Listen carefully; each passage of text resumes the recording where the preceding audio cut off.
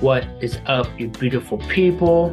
Welcome back to the Built on Bitcoin podcast, where we cover all the innovation happening across the Bitcoin ecosystem.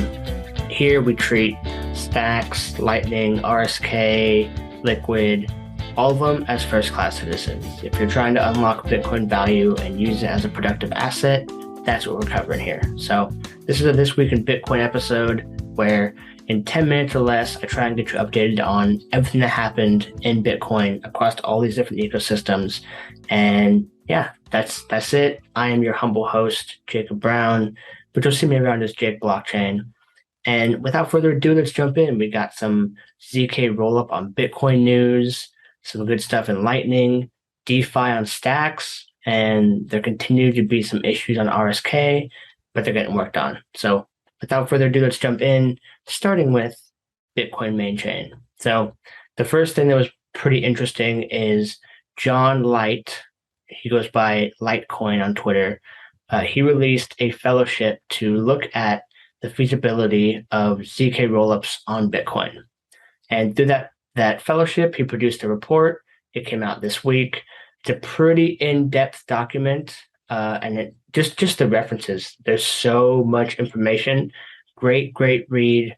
If you want to get in the weeds about what that might look like on Bitcoin, I don't fully understand this tech, and it does get technical at times.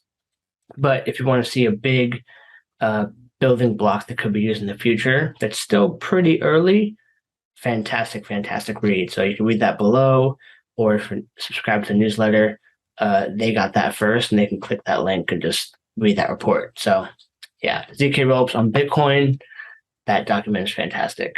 All right, second, and this isn't fully Bitcoin related, but it is crypto, and I'm going to put it in that bucket. But Google and Coinbase announced a partnership. So Google Cloud, which is one of the biggest infrastructure players in the game, I think they're second behind AWS.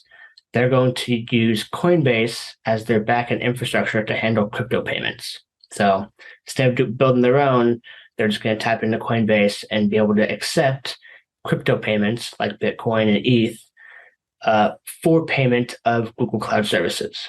So now we're starting to see a huge player, tons and tons of service providers that Google obviously offers. They can now potentially, if they want to, accept crypto in the future and move off of that fiat standard and move into the future. So, people feel certain ways about Google or Coinbase, but this is a big bullish move for crypto as a whole, in my opinion. All right, next up, Stratum v2 code has been released for review and testing.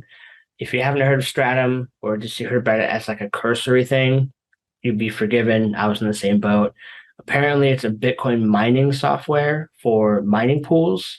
So if you have just a mining pool or a mining device at home, you're never going to find a block. And the chances are so infinitesimally small. And so what most people do is they use some software to then route their hash through a mining pool, and then you all share in the efforts, and you get your pro rata share, what your hash is put to the network when the pool finds a block.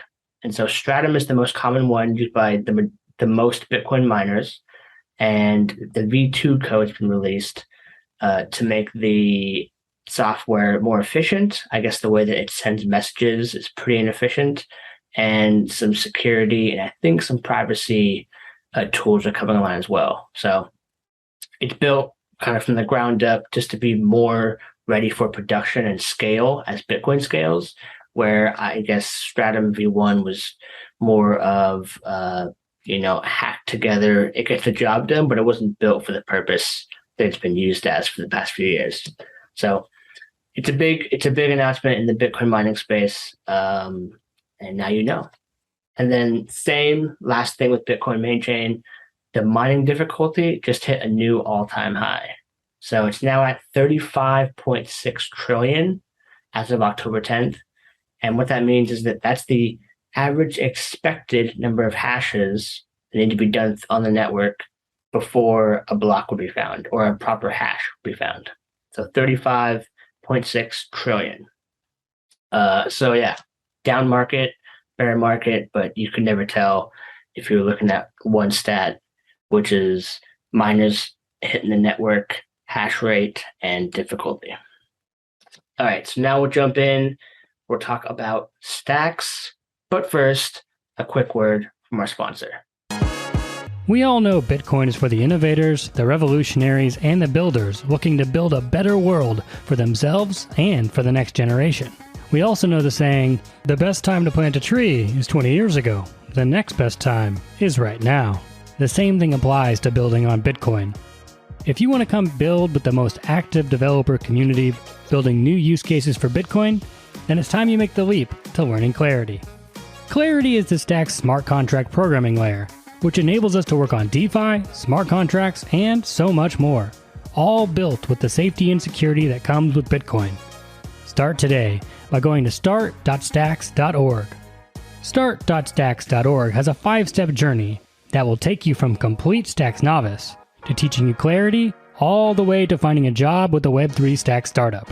Don't wait another month, year, or decade waiting to get involved in the Bitcoin ecosystem.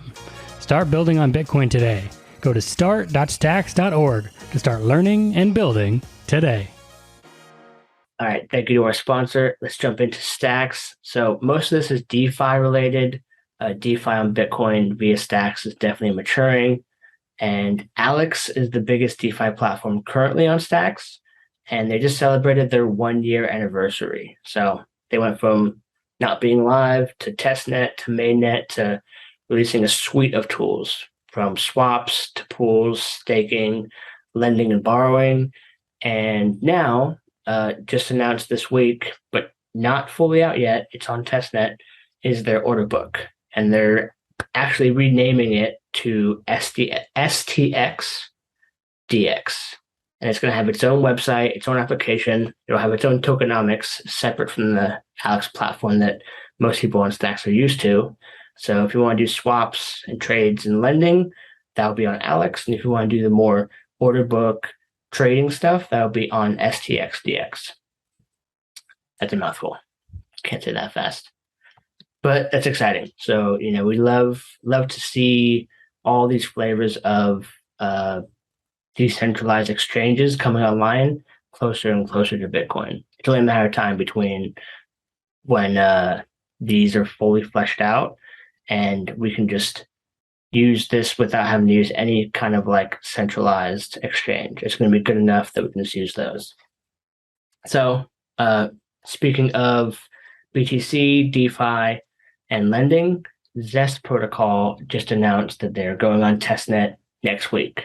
So if you haven't heard of Zest, they are a on-chain Bitcoin lending protocol for institutional borrowers. So if you want to borrow a big chunk of Bitcoin, you can use this Zest protocol, and Bitcoin hodlers can get yield by giving liquidity to a pool. Someone in the middle will be an underwriter, and I'm not sure exactly how these things will work in practice, but there's 3 main pieces. There's borrowers, which will be institutions, and they'll have to be vetted for their credit worthiness. Underwriters, who will manage that, and then LPs that will provide the Bitcoin, and they'll get their interest rate back as a yield for their Bitcoin. So super cool to see. I don't think something like this is on any kind of Bitcoin chain yet, at least not this fleshed out. So it's exciting to see. All right, moving on, jumping into Lightning.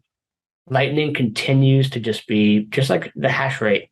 Bear market couldn't tell otherwise if you look at the stats. It hits another all-time high as far as capacity. It's now over the 5,000 mark of Bitcoin on the network. And one of the big things that came out this week is Danny Kroger is building an open source wallet. So Danny was currently up until recently at Cash App working on Lightning. He also runs one of the biggest nodes on Lightning, and now he's building a wallet called Tau Wallet that's supposed to be open source, beautiful, modular, all the things. But super early. That was just a Twitter announcement, but I'm putting that here as like a placeholder so we could see and look back on this. All right. Another big thing that happened in Lightning, there was this very unique Taproot transaction that went out. It was a 998 out of 999 multi-sig transaction. It caused the network to bug out in some way. And so somehow that transaction couldn't get mined. And so things got halted for a little while. I guess transactions were still going through after the fact. And a fix was pushed pretty quickly after that. So within 24 hours, it was like it never happened, but pretty interesting, especially for Bitcoin, which is pretty darn resilient. And then last in Lightning, River Financial is their leader, one of the leaders in the Bitcoin services space as a provider for if you want to buy Bitcoin, have them be your kind of custodian and kind of be an asset manager in some sense. And their fees are relatively low. So they've been running Lightning as a node provider, which I guess because Lightning's still pretty early, there's a lot that goes into running an efficient node. You have to have your fees at a certain level so that you actually will get routed to be a payment channel and then collect some of that in the middle. You have to keep channels filled up with Bitcoin in some way. Like I got to learn more about exactly how it works, but it's pretty hands-on to run a very efficient and good yielding, like sats generating Lightning channel. And so they now announced a service called River Lightning Services, clever with the name, that will handle a lot of that backend for you. So if you want to build an application, you're a crypto company or application software provider, they'll give you just an API endpoint that you can plug in, and all the other stuff will just be handled for you. And you can have Lightning work on your platform, just ready to go. So that's pretty exciting. I like seeing these kind of abstractions where it just makes it easier and easier for a developer or a service provider to just get it done and let Lightning be super cheap, fast, instant payment rail. All right, last but not least, to bring it home, RSK. If you heard the last week's episode, or actually it was the last week's blog post, I didn't do an episode, but they had a pegout issue. So the way that RSK works, it's a merge mine chain. You take your BTC, it gets sent over the token bridge, and then converted into RBTC on RSK to then be used inside the ecosystem. And then when you want to come back out, you take your RBTC and then convert it back into BTC, and you can go spend it however you wish. That peg out issue, that peg out function had an issue. And apparently it was there was an update on Bitcoin Core where nodes were flagging the RSK pegout transaction as invalid for some reason. So as of right now, it's still not working. It looks like either you have to change Bitcoin Core, which is unlikely, or you have to change the way that this transaction is being labeled in some sense on RSK, which from my understanding will require a hard fork of a network, or at least an emergency network upgrade. Don't quote me on the specifics of how intense that upgrade will be. The wording they used was emergency network upgrade. But yeah, so kind of shitty. Like they're supposed to work hand in hand, merge mine chain, super close to Bitcoin. Transaction fees go down to the merge mined miners, but now things are getting weird with the peg out. So you're kind of locked. Yeah. And then last little update on RSK, they had another network upgrade. They recently announced HOP 4.0, which was like 2-3 weeks ago. And now HOP 4.1 is out. And it brings some nerdy stuff that I could tell you, but you wouldn't know what it meant. JSON RPC tracing methods, hard hat development environment, support RocksDB storage library, like some stuff for developers. Probably good, obviously good. That's why they built it. But for the average person like myself, I don't know what that means. But now you're informed. So it is a non-mandatory upgrade, but it does add that functionality. So that's it. That is this week in Bitcoin. It's the things I saw. Let me know what you thought about this. What was the most exciting? I love watching the different spaces. Still super bullish on Lightning. Excited about the future of Stacks.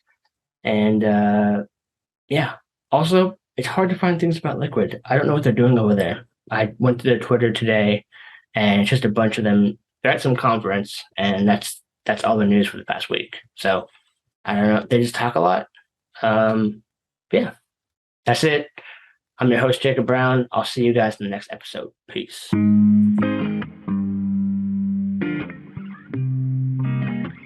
Welcome to Built on Bitcoin. I know that things don't always go your way, but I'll be right here waiting. I've been waiting now. I've been trying to figure out a way to make it out. Cause I don't think about